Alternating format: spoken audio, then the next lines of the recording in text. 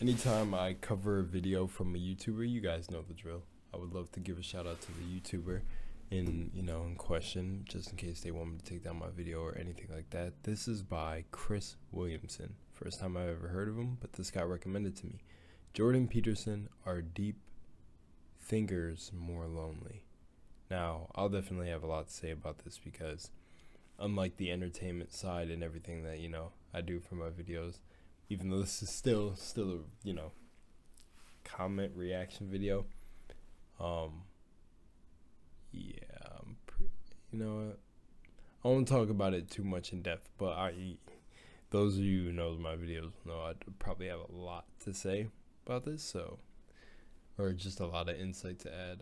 I don't, yeah, deep thinkers, just to question that, are deep thinkers more lonely? From what I've seen, what I've experienced, what I've felt, what I've talked to others about, it's yes.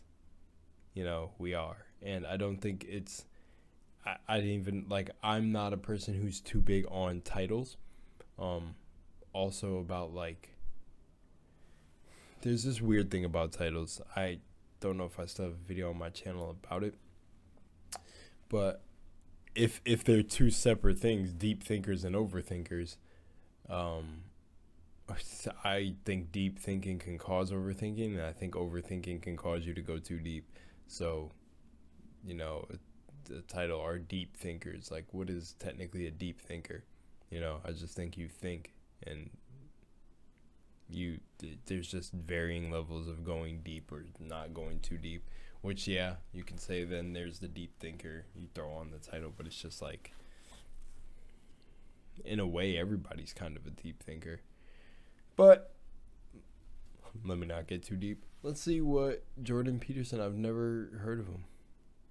One of the things that I've realized is that people that are self-reflective, I'm assuming that rely on cerebral... He's asking the question. Let me see the description. I didn't put the video up anyways. But let me see. Answers whether... Okay. Actually, this is something I can read too. Okay, so he's the guy in the beginning. Okay, I see from his profile. So, Dr. Jordan B. Peterson answers whether deep thinkers are more lonely. Does being a nuanced thinker result in you losing friends? What does your JP think about only children? Does Jordan Peterson believe it's harder to make friends as you grow? How does Jordan Peterson advise? So I'm assuming this is a piece of a... Yeah, it is. Okay, yeah, I'm slow. Completely overlooked it. It's a piece of a full episode. Okay, let's go. I'm over here turned to the side. I don't know why. But okay.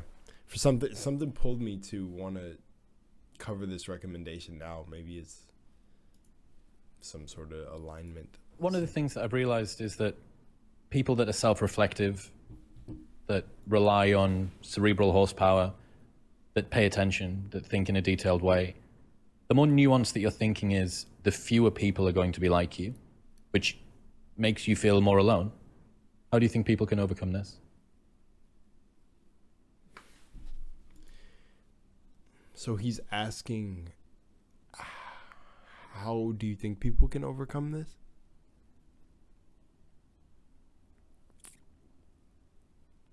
Okay. Sorry for the pause there. It's not that I was thinking about an answer for his question. It's kind of simple to me. It's it really is the choice to overcome it or be consumed by it. It's the choice. It's the choice to either sit in it or just keep to yourself. It's really kind of simple. Yeah, it's kind of simple. You get a reflection in reality of what you're choosing to be. And it's if your choice is to wallow in the thoughts and feel like no one's ever going to get you, you will kind of get a reality. I don't want to say kind of. I want to have confidence in what I'm saying because I've seen it and I've experienced it. You'll get a reality reflected of that. And in some cases, for me personally, I haven't. Usually when I think about, I get rid of the programming that I think I will be the only deep thinker. I run into people who are also deep thinkers, and we actually have wonderful conversations. But if it's a matter of overcoming it, I just think it's a choice. But I would say that hasn't been my experience exactly. Hasn't been his. Because as I started to make my thoughts more public, they seem to appeal to more and more people. Yeah. Okay. See. And so I don't know Yeah. if that's a threshold phenomena, because maybe it is, you know. As you start to become specialized as a scientist, in some sense, your vision narrows and narrows, although it gets more high resolution at the level that you're operating. But you kind of pass through a needle, let's say, out the other side where the thing you're studying starts to become everything again. And so maybe that's that developmental progression. You know? Further, more Yeah, specialization and then generalization again. Yeah, I think that you might be right there. The deeper into the breach thing, the show that I went to go and see you do in Manchester in 2017 or 18, someone asked a question about the depth of my consciousness causes me to suffer, and you said you take more of the thing that poisons you until you turn it into a tonic that girdles the world around you. And I think that this is something you see here as well, that when you start to think differently, when you start to consider the way that you're living your life in a more detailed, higher resolution, more unique, more nuanced way, you will probably receive pushback, especially, you know, speaking from personal experience, in normal working class towns, people born, live, die in these places, it's insular.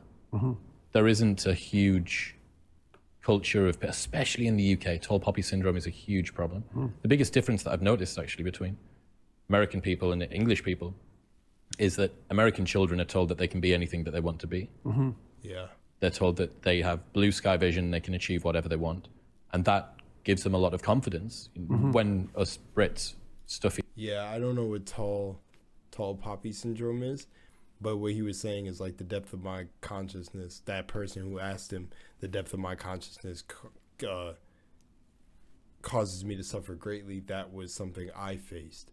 A lot of things started happening. A lot of things that I wouldn't say scientifically could be explained, but books. There are books out there that explain consciousness and things that I've gotten involved in reading. But it all comes back to the choice, though. You choose to suffer. So yeah, how he said, you know, you eventually turn that poison into a tonic. That is a very dope kind of. I like that. I really fuck with that.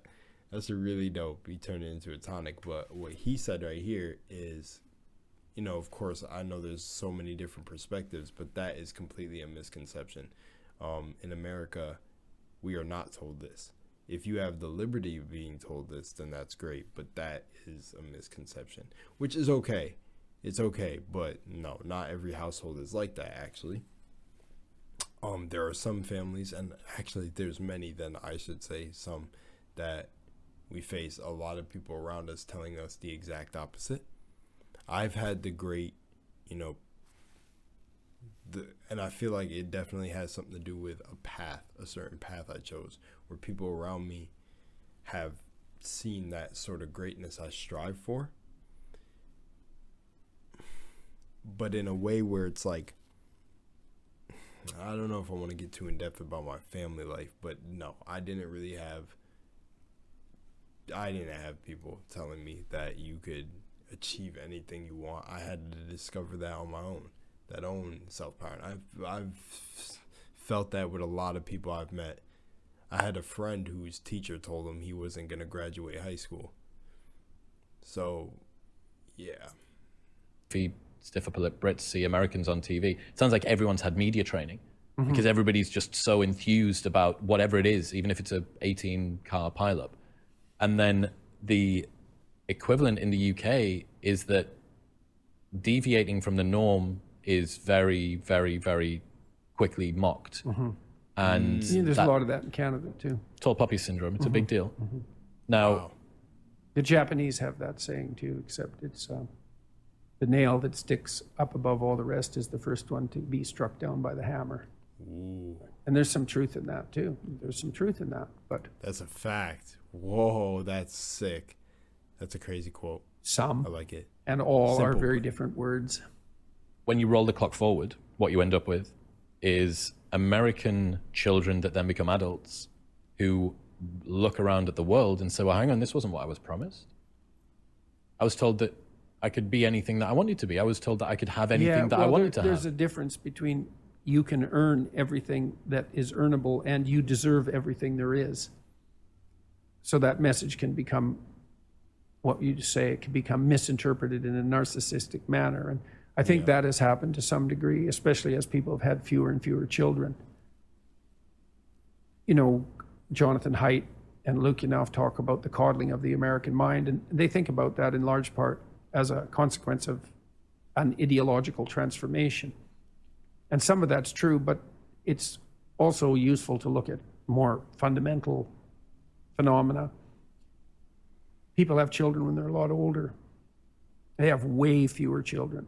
They have way more resources when they have children on average. You know, if you're one kid of 8, you're pretty much battling it out for attention, for a very finite amount of parental attention with a lot of intense competition. And the probability that you're going to come out of that entitled and narcissistic is pretty damn low, because your siblings will definitely punish you for that. But if you're the only child, especially of older parents who are also more conservative because of their age and also less willing to take chances with you because there's only one of you, and then you have a lot of resources at your disposal, well, that's a whole different developmental milieu. And we have no idea what the consequences of that are, but the idea that children in that circumstance are more likely to be overprotected and dependent and structured, it's like, well, yeah, undoubtedly. And you know, that would even be an overabundance of parental virtue in some sense, right? Well, we just did nothing but pay attention to our child. Okay, but too much. What did you expect?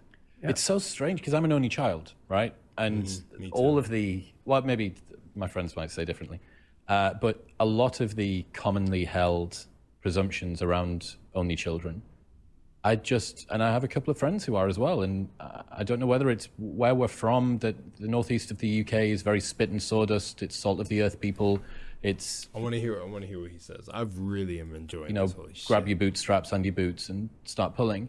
And I just haven't seen that.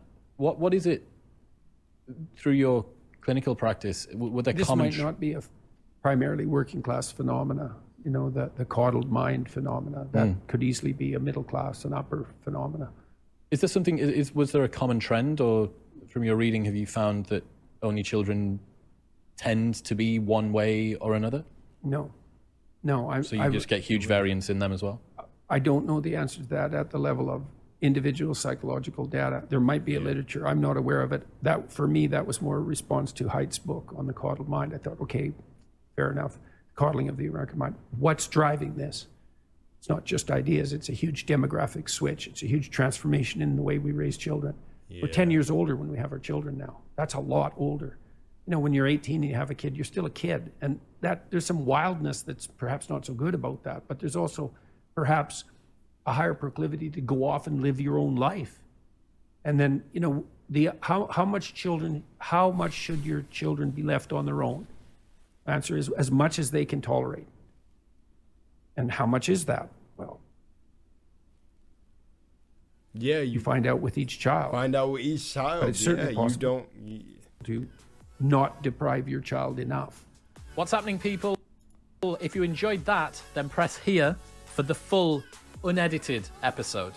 And your life is built for more. Don't forget to subscribe. Yeah, he seems like a cool dude. He's an only child too. Yeah, I'm an only child. And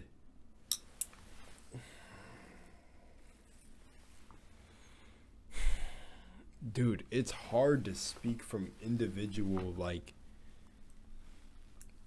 it's hard to speak from an individual's perspective sometimes when it comes to this thing, because you know the collective is a much different ball game when you think about statistics and grouping. Because, you know, I guess if I talk about like my life, I lived with my grandma and for like 14 years, and there was things about being poor and other things, but little Italian grandma, there's a lot. I just like don't know how to word it, but it's like there's so many.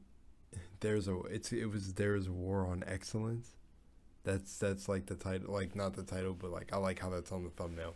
There's a war on excellence, but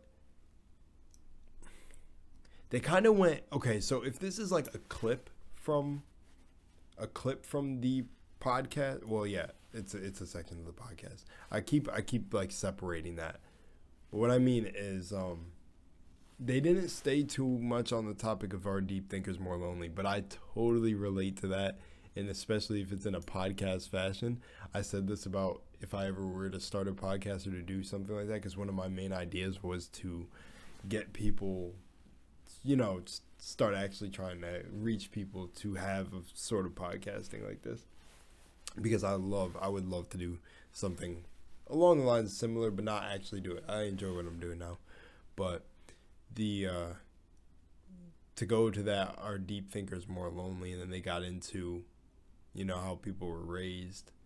I want to visit that Are Deep Thinkers More Lonely again, and I see how they, bridged into what they talked about or segued, but I think it's true.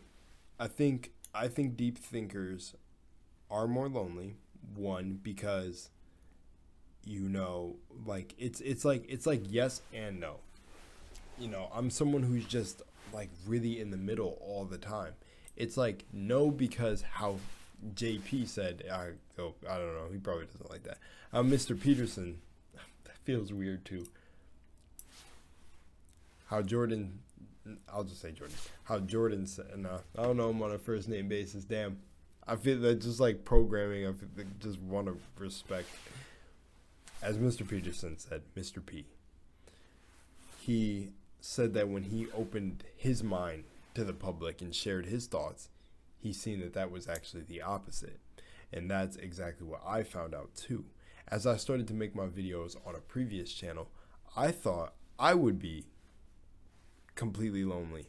Actually, that saying he said, where like a nail, like, the bed of nails, and the first nail to pop its head is the first one to get hit by the hammer, or however he said it, that felt like me 100%, until that little nail kept popping up, and then started to see the rest of the little bed of nails start, little blimps all over. The best way I can think about it is like a map, and you think about like a GPS sort of map, or something like in the military, some sort of radar, and little blimps pop up. As I was that first blimp in my own reality, I started to get a reflection of that reality, sort of what he said there. As I became more accepting of myself and this deeper knowledge I was kind of into in research, I found others who were into the same sort of thing, noticing the same sort of patterns. But it makes sense if you get to a deeper level. So I think it's yes and no. Deep thinkers, I feel like there is a part where you are very lonely as a deep thinker, and then at the end, or depending on where you go with how you decide to live, you won't be the only deep thinker. Like, you won't be lonely. Like, you'll find others like you, and it won't be too long. It'll feel long, but don't let that illusion of time make you feel like it's a long time. Don't.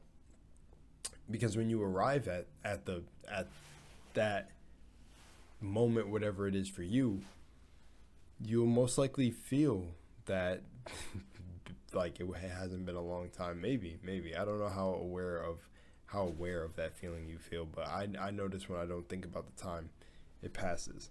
A lot of people say that too. You don't think about time, or just and the day's over before you know it, stuff like that. I hope I really say that. I love talks like this. As for everything else they talked about, yeah, I'm an only child. Like I said, I can't speak for what he said about the whole everyone in America is like told that you can achieve heights and stuff, because that wasn't my reality. You were kind of thought to the same. I guess it depends on the certain areas. Oh, yeah, because he said if he's speaking from TV, well, there's a reason it's called television programming. It's to program you. Like, whatever they show you on TV is usually, well, 100% is, I'll say usually, depending on where you are.